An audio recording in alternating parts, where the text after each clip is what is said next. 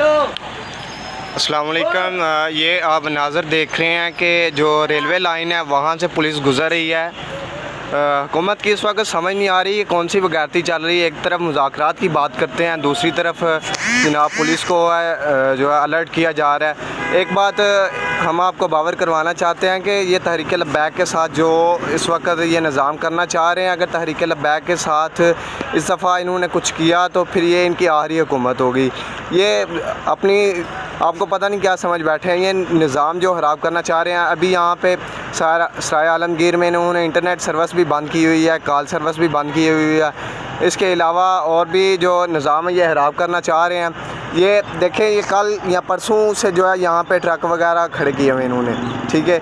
ये तहरीक लब्बैक ने तो नहीं ना खड़े किए हुए। तहरीक लब्बैक तो काफ़ी दिनों से सड़कों पे है, जहाँ से भी तहरीक लब्बैक गुजरती हुई आ रही है, अभी तक वहाँ पर कोई इस तरह का निज़ाम नहीं हुआ कि वहाँ पर ट्रैफिक जाम की गई हो।